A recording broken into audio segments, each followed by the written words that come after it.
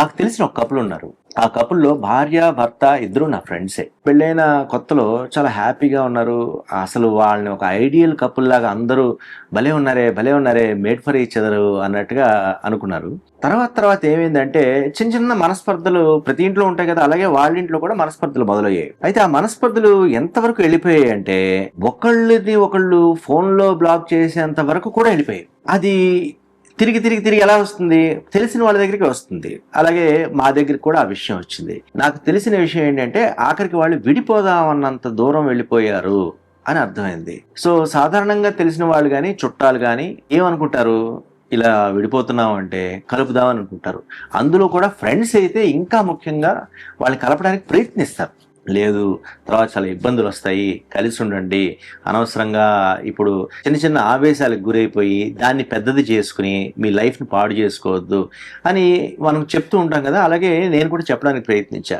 నేను ఎంత చెప్పినా వాళ్ళిద్దరిని కూర్చోబెట్టి మాట్లాడినా నాకెటు తేలకపోతే వీళ్ళు ఇలా కాదు, ఇండివిజువల్గా ఒకసారి కూర్చోబెట్టి మాట్లాడదాం అని చెప్పి నేను ఆ అమ్మాయిని కూర్చోబెట్టి అసలు నీ ప్రాబ్లం ఏంటి అని అడిగాను. అప్పుడు నాకు చెప్పింది, రవి యాక్చువల్గా మొదటంతా బాగానే ఉంది, నేను చాలా మారాను తన కోసం. నేను అటు వెళ్తానంటే వద్దంటాడు, ఇది చేస్తానంటే వద్దంటాడు, నేను ఈ బట్టలు వేసుకుంటానంటే కాదంటాడు, వాళ్ళతో వెళ్తానంటే కుదరదంటాడు.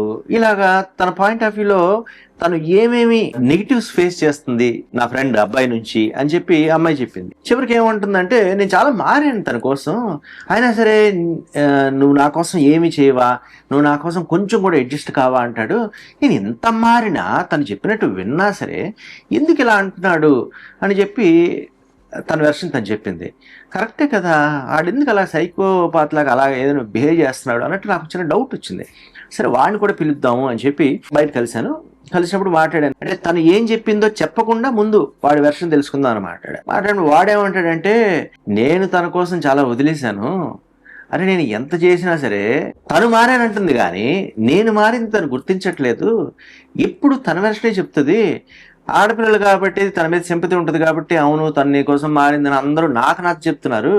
అరే నేను మగాడినైతే నేనే ఏడవలేను బయట, అసలు ఏడిస్తేనేమో ఏడ్చి మగాడిని నమ్మకూడదు అంటారు, నా పరిస్థితి ఎవరికి చెప్పుకోలేక ఏం చేయాలో తెలియనట్టుగా అయిపోయింది. నన్ను నువ్వు చూసావు కదా, ఒకప్పుడు మనం ఎంత కలిసేవాళ్ళం, అలాంటిది నేను నిన్ను కూడా కలవడం మానేశాను, ఇంట్లోనే ఉంటున్నాను, ఇంటి పనులే చేస్తాను, ఇంటి కోసం నా మొత్తం ఎనర్జీ అంతా పెడుతున్నాను, అయినా సరే నేనేం చేయట్లేదు అంటది, ఏం చేయాలి? ఇద్దరి మ్యాటర్లు వింటే ఎవరి పాయింట్ ఆఫ్ వ్యూ కరెక్ట్గానే ఉన్నట్టుగా అనిపిస్తుంది. సో ఆఖరికి ఇద్దరు డిసిషన్ ఏంట్రా అంటే లేదు విడిపోతాం. సో నాకు అనిపించింది, అరే మీ ఇద్దరు ఇప్పుడు కాదురా, పెళ్ళైన మొదటే విడిపోవాల్సింది, అప్పుడే బాగుండేది అని ఓ మాట అనేసాను. అయితే ఈ విషయం వాళ్ళిద్దరికే కాదు, చాలామంది పెళ్ళైన వాళ్ళకి, అది పెళ్ళైన కొత్త అవ్వచ్చు, 1 సంవత్సరం అవ్వచ్చు, 10 సంవత్సరాలు అవ్వచ్చు, ఇలా మనస్పర్ధలు వస్తున్న చాలామందికి ఈ విషయం చెప్తే ఏదో ఒక పాయింట్లో ఉపయోగపడుతుందేమో అనే ఒక ఆలోచన, ఆశతో ఈ పాయింట్ని నేను మీ ముందుకు తెస్తున్నాను. సో పెళ్ళైన వెంటనే విడిపోండి అంటే విడాకులు తీసుకోమని మాత్రం కాదు. ఎందుకంటే పెళ్లి కోసం బంధువులను పిలిచి డెకరేషన్లు చేసుకుని కళ్యాణ మండపాలు బుక్ చేసుకుని పురోహితులకు డబ్బులు ఇచ్చి ఏమంటారు భోజనాలు మంచిగా క్యాటరింగ్లు అవి పెట్టించి అందరు బట్టలు రకరకాల డిజైనర్ బట్టలు కుట్టించుకుని ఫోటో సెషన్లు చేయించుకుని వీడియోగ్రాఫర్ని పెట్టించుకుని ఆల్బమ్లు తయారు చేయించుకుని ఎంత ఖర్చులు పెట్టుకుని హనీమూన్ ట్రిప్పులు ప్లాన్ చేసుకుని ఫ్యూచర్ని ప్లాన్ చేసుకుని అన్నిటికీ ఫైనాన్షియల్గా ఒక సెటప్ చేసుకుని అన్నీ చేసుకున్న తర్వాత విడిపోవడానికి విడాకులు తీసుకోవడానికి మళ్ళీ లాయర్కి డబ్బు ఖర్చు పెట్టమంటారా అని మీకు అనిపిస్తే తప్పు. అది నేను అనట్లేదు. పెళ్ళైన వెంటనే విడిపోండి అంటే ఈ ఇంట్లో ఒకళ్ళు ఆ ఇంట్లో ఒకళ్ళు ఉండమని కూడా కాదు. నేను చెప్పే విడిపోవడమే వేరు. నేను చెప్పే విడిపోవడం ఏంటంటే పెళ్ళైన వెంటనే కొన్ని విషయాల్ని విడిగా పెట్టాలి. మనకంటూ ఒక ప్రైవేట్ స్పేస్ ఉండాలి. అంటే భార్యకి భర్తకి ప్రైవేట్ స్పేస్ అనేది కావాలి. దాన్ని కొంతమంది పర్సనల్ స్పేస్ అని కూడా అంటారు. ఎందుకంటే సాధారణంగా పెళ్ళైన వెంటనే ఎవరైనా ఏమనుకుంటారు, ఇంకా ఆ అమ్మాయి జీవితం మొత్తం నాది.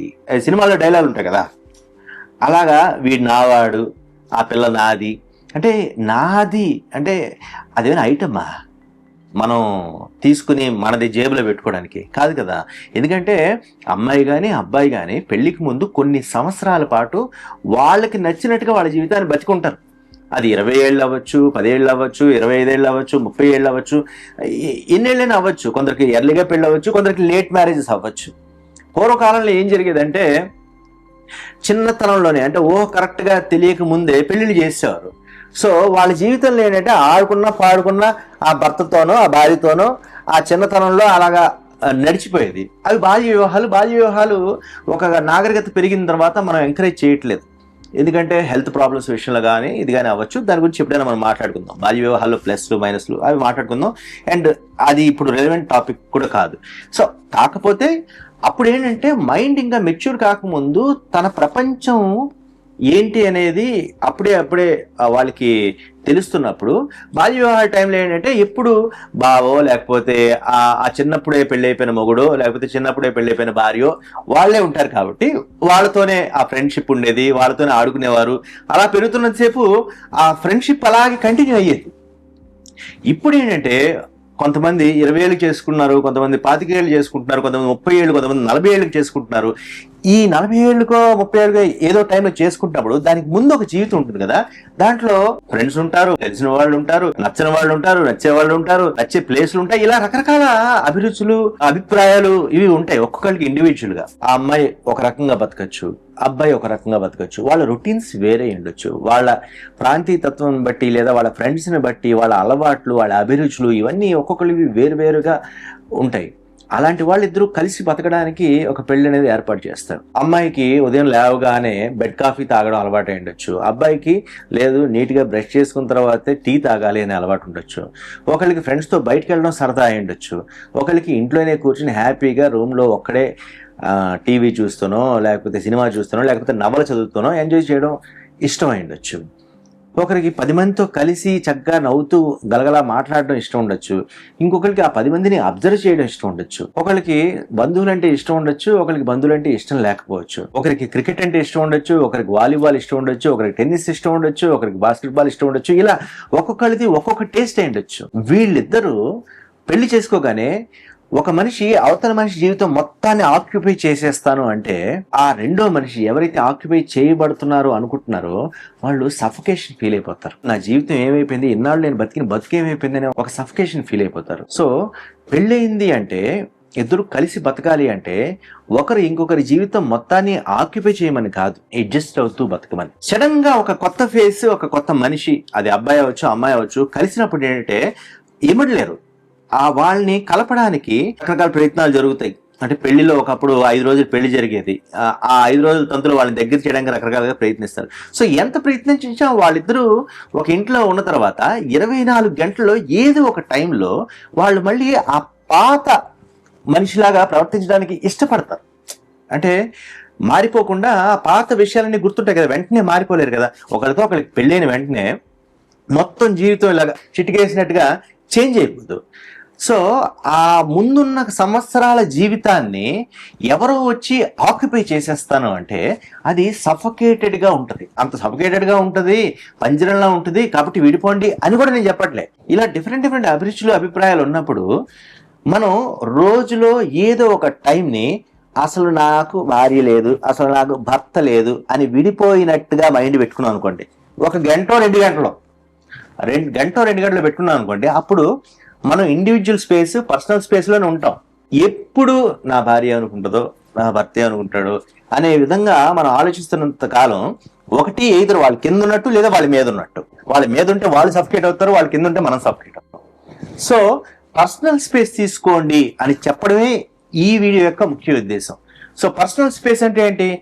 నీ ఇండివిజువాలిటీ. సో నా కాన్సెప్ట్ లో నేను చెప్పబోయేది ఏంటంటే ఆ 1 గంట 2 గంటలో మనం పెళ్లి కానట్టుగా ఉందాం. దానికోసం కొంతమంది జెంట్స్ టూర్ అనో లేడీస్ ట్రిప్ అనో ఇలా వేస్తూ ఉంటారు. ఆ లేడీస్ ట్రిప్ వేస్తున్నప్పుడు లేడీస్ వాళ్ళు కలిసి వెళ్తున్నప్పుడు భర్తని గుర్తించుకునే అక్కడ అలాగా గడుపుతారా? ఈ జెంట్స్ అందరూ ఏదో ట్రిప్ వెళ్తున్నప్పుడు భార్యనే మైండ్ లో పెట్టుకుంటారా? లేదు. అలాగని ఈ లేడీస్ ట్రిప్ వెళ్ళిపోయారు, అక్కడ నా భార్య ఏం చేస్తుందో అని వీడు అదే ఆలోచనతో ఉన్నాడు అనుకోండి, అనుమానం పెరుగుతుంది. ఆ అనుమానం పెనుభూతంగా మారి తర్వాత చాలా ఇబ్బందులు వస్తాయి. లెట్ ఇట్ బి, వాళ్ళు వెళ్ళారు వదిలేయండి. అంటే ఆ క్షణం ఆ సమయాన్ని విడిపోండి, నీ పర్సనల్ స్పేస్ నువ్వు ఎంజాయ్ చేయి. అలా చేస్తున్నప్పుడు ఏంటంటే మనం రిజ్యువనేట్ అవుతాం. బానే ఉందండి, రిజ్యూనేషన్ బానే ఉంది. మీరు చెప్పినట్టుగా మా ఆయన ఒకసారి కాదు నెలకొకసారి ట్రిప్ వెళ్తున్నాడు, ఏం చేస్తున్నాడా అని నాకు డౌట్లు ఉన్నాయి అన్నారు. అంటే నేను జనరల్ గా చెప్తున్నాను, అప్పుడప్పుడు స్పేస్ ఇవ్వండి, విడిపోండి. మనసులో అంటే మనసులో ఎప్పుడు కలిసి ఉండండి, మెదడులో విడిపోండి. మనసులో ఇప్పుడు కలిసి ఉంటే ఏంటంటే మనం తప్పు చేయం, మెదడులో కాసేపు విడిపోతే ఏంటంటే వాళ్ళ మీద ఆలోచన తగ్గుతుంది. ఇప్పుడు మా ఆవిడే ఉందనుకోండి, కిట్టి పార్టీకి వెళ్తానంటది, వెళ్ళమంటాను. లేదు గోవా ఒకసారి వాళ్ళ ఫ్రెండ్స్తో వెళ్ళింది, వెళ్ళమన్నాను. నాకు నమ్మకం ఉంది, నేను వెళ్ళమన్నాను. ఎందుకంటే రేపు ఎక్కడైనా నేను వెళ్ళాలనుకున్నాను అనుకోండి ఫ్రెండ్స్తో, అదేంటి నేను ఇంట్లో నీ కోసం వెయిట్ చేస్తుంటే నువ్వు ఫ్రెండ్స్తో తిరుగుతానంటావేంటి, పార్టీ అంటావేంటి అందనుకోండి, నువ్వు వెళ్ళావు కదా అంటారు కదా. అలాగా వాళ్ళు కూడా ఒక ఛాన్స్ ఇవ్వాలి, మనం కూడా ఒక ఛాన్స్ తీసుకోవాలి. అప్పుడు ఏంటంటే మనం ఏదో ఒక టైంలో మన పాత ఫ్రెండ్స్ని కలవడానికి కానీ, లేకపోతే మన పాత మెమరీస్ విషయంలో కానీ, లేదా నేను చెప్పాను కదా, ఒకరికి ఇంట్లో ఉండి సినిమా చూడడం ఇష్టం అనుకుంటే, ఒకరికి బయటికి తిరగడం ఇష్టం అనుకుంటే, పెళ్ళికి ముందు ఆ 2 గంటలు నువ్వు సినిమా చూడు, నువ్వు బయట తిరుగు. అలా వదిలేస్తే ఏంటంటే మళ్ళీ వాళ్ళు రిజ్యూనేట్ అవుతారు. అలా వదలలేదనుకోండి, నువ్వు ఇక్కడే ఉండాలి అంటే, ఇంట్లో ఉండమన్న వ్యక్తికి ఇంట్లో ఉండడం ఇష్టమైనా సరే, బయటికి వెళ్ళాల్సిన వ్యక్తికి అది ఇష్టం కాకపోవడం వల్ల చాలా ఇబ్బంది ఫీల్ అవుతారు. అదే బయటికి వెళ్ళాల్సిన వ్యక్తి ఈ ఇంట్లో ఉన్న వ్యక్తిని లాక్కెళ్ళిపోతే, ఎప్పుడు ఏడు మొహం వేసుకుని ఎందుకు వచ్చాం బయటికి అని చెప్పి వీడు బాధపడతాడు, తీసుకెళ్ళిన వాళ్ళని బాధ పెడతాడు, ఇద్దరి మూడు స్పాయిల్ అవుతుంది. అంటే మనం పట్టుకుని ఉంచితే కొన్నిసార్లు ఏమంటారంటే, ఎక్కడైనా దూరం వెళ్ళిపోతున్న దాన్ని గట్టిగా పట్టుకుని అలా ఉంచితే మన చేతిలో నొప్పి పెడతాయి అంటారు, కొంచెం వదలాలి అంటారు. దీన్నే మన పెద్దలు పట్టు విడుపులు ఉండాలి అంటారు. అంటే పూర్తిగా వదిలేయద్దు, పూర్తిగా పట్టుకోవద్దు. సో పట్టు విడుపులు అనేది లైఫ్లో చాలా ఇంపార్టెంట్ విషయం. ఆ పట్టు విడుపులు మనకి తెలిస్తే మన లైఫ్ చివరికి విడిపోవాల్సిన అవసరం రాకుండా ఉంటుంది. ఇది నేను నా ఫ్రెండ్స్కి చెప్పాను. మీరు ఎంతకీ కూడా నేను వాడి కోసం త్యాగం చేశాను, నేను తన కోసం నేను అన్ని వదులుకున్నాను అని చెప్పే కన్నా కూడా, నువ్వు రోజులో 1 గంట 2 గంటలో నీకు నచ్చినట్టు నువ్వు బతుకు, నీకు నచ్చినట్టు నువ్వు బతుకు. అప్పుడు నువ్వేమీ వదులుకోలేదు, నువ్వు ఏమీ వదులుకోలేదు. ఇద్దరు కలిసి బతికినప్పుడు కుటుంబం కోసం బతకండి. అంటే కలవడం అనేది మన వంశ అభివృద్ధి కోసం అవ్వచ్చు, మన పిల్లల కోసం అవ్వచ్చు, మనం అడుగు ముందుకేస్తూ వెళ్ళాలి. దీంట్లో చాలా ఇళ్లలో చాలా రకాల గొడవలు వస్తాయి, మనస్పర్ధలు వస్తూ ఉంటాయి. వాటిని దాటుకుంటూ వెళ్ళడానికి, అడ్జస్ట్ అవుతూ ముందుకి జీవితాన్ని గడపడానికి ఏర్పరిచిన ఒక సిస్టమే పెళ్లి. ఆ పెళ్లి అంటే ఎవరికో ఇంకొకరి మీద హక్కు ఇచ్చేస్తుందని కాదు, అర్థం చేసుకుని బతకమని. సో పెళ్ళైన వెంటనే విడిపో అంటే నీ పాత అలవాట్లతో విడిపో అని కూడా నేను చెప్పను. ఎందుకంటే పాత అలవాట్లతో విడిపోయావు అనుకోండి, నీ యొక్క ఉనికి పోతుంది. సపోజ్ పెళ్ళి అయిపోయింది, నీ పాత అలవాట్లను మర్చిపో, నో, తప్పు, అది తప్పే. నీ పాత ఫ్రెండ్స్తో విడిపో, తప్పు.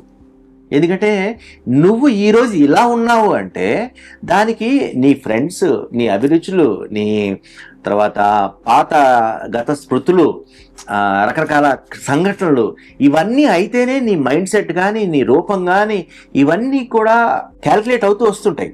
ఇవన్నీ కూడా కలిస్తేనే నువ్వు అవుతావు. సో పాత విషయాల్లో ఏ క్షణం వదిలేసినా సరే నువ్వు కాదు. కాబట్టి వాటితో విడిపోమనట్లేదు. ఏదో ఒక టైంలో భార్యాభర్తలు పర్సనల్ స్పేస్ని తీసుకోండి. పెళ్ళైన విడిపో అంటే విడిపోమంటున్నాడు అని కాదు, నిజంగానే విడిపో. కానీ ఎంతసేపు, మొత్తం జీవితాంతం కాదు. సింపుల్గా అనుకుందాం, ఇప్పుడే పెళ్ళైంది, పెళ్ళైన వెంటనే పెళ్లి కొడుకు ఫ్రెండ్స్ వచ్చి ఎరా నైట్ పార్టీ అంటారు. ఎవరు నువ్వు అంటాడా? కాదు. అలా అన్నాడు అనుకోండి, ఇంక వాడు ఉనికిపోయినట్టే. ఆ క్షణంలో వాడు ఆ పార్టీ చేసుకుంటున్నా, పెళ్లి కూతురు తన ఫ్రెండ్స్తో ఏదో తన విషయాలు మాట్లాడుకుంటున్నా, ఖచ్చితంగా మెదడులో భర్తని కానీ భార్యని కానీ పెట్టుకోరు. వాళ్ళు పాత విషయంలోనే ఉంటారు. సో ఆ పాయింట్లో ఏంటంటే మనం పర్సనల్ స్పేస్ తీసుకుంటాం కాబట్టి మనం ఆనందంగా ఉంటాం. మా ఆవిడ ఏమనుకుంటుందో, వీడు పార్టీ అంటున్నాడు అనుకున్నాను అనుకోండి, నేను త్యాగం చేశానన్న ఫీలింగ్ అది బాగానే ఉంటుంది, కొత్తలో బాగానే ఉంటుంది. మొదటి కొన్ని రోజులు ఎట్టితే, చూసావా నా కోసం మా ఆవిడ అన్నీ వదిలేసింది అని వీడు అంటాడు, చూసావా నా కోసం మా ఆయన అంత కష్టపడుతున్నాడు ఈ అమ్మాయి అంటది, అంత బాగానే ఉంటుంది. నెల 2 నెలలు 3 నెలలు తర్వాత ఇద్దరు ఒకరి ముఖాలు చూసుకుని ఏంటి నేనెవరు అనే క్వశ్చన్ మార్క్ వచ్చేస్తుంది. ఆ క్వశ్చన్ మార్క్లో చిన్న చిన్న మనస్పర్ధలు స్టార్ట్ అవుతాయి. ఆ మనస్పర్ధల్లో ఇదిగో నేను ఇంతకు ముందు ఒక కపుల్ గురించి చెప్పానే, సేమ్ రిపీట్, అందరి విషయాలు సేమ్ రిపీట్. నేను నీకోసం ఎంత చేశాను, నేను నీకోసం ఎంత చేశాను. ఎవరు చేయమన్నాడు? నీ కోసం కూడా నువ్వు చేసుకో, నా కోసం కూడా నేను చేసుకుంటాను అని ఒక మనిషి రెండు పార్శ్వాలను చేసుకోవాలి. ఎందుకంటే ఆ 20 ఏళ్ళ ముందు జీవితం వదులుకోకూడదు, 20 ఏళ్ళ నుంచి 100 ఏళ్ళ జీవితాన్ని పోగొట్టుకోకూడదు. సో కలిసి బతకండి, కానీ అప్పుడప్పుడు మైండ్లో కాస్త విడిపోయి బతకండి. అందుకే పెళ్ళైన వెంటనే ఒక టైంని, పర్సనల్ స్పేస్ని పెట్టుకోండి. పెళ్ళైన వెంటనే ఆ టైంలో విడిపోండి. అది నేను చెప్పాలనుకున్న కాన్సెప్ట్. ఇలా చెప్తూ పోతే గంటలు ఎగ్జాంపుల్స్ చెప్తున్నావు, ఏదో చెప్తున్నావు చెప్పచ్చు. ఈ చెప్పడంలో కొన్ని తప్పులు కూడా దొరలచ్చు.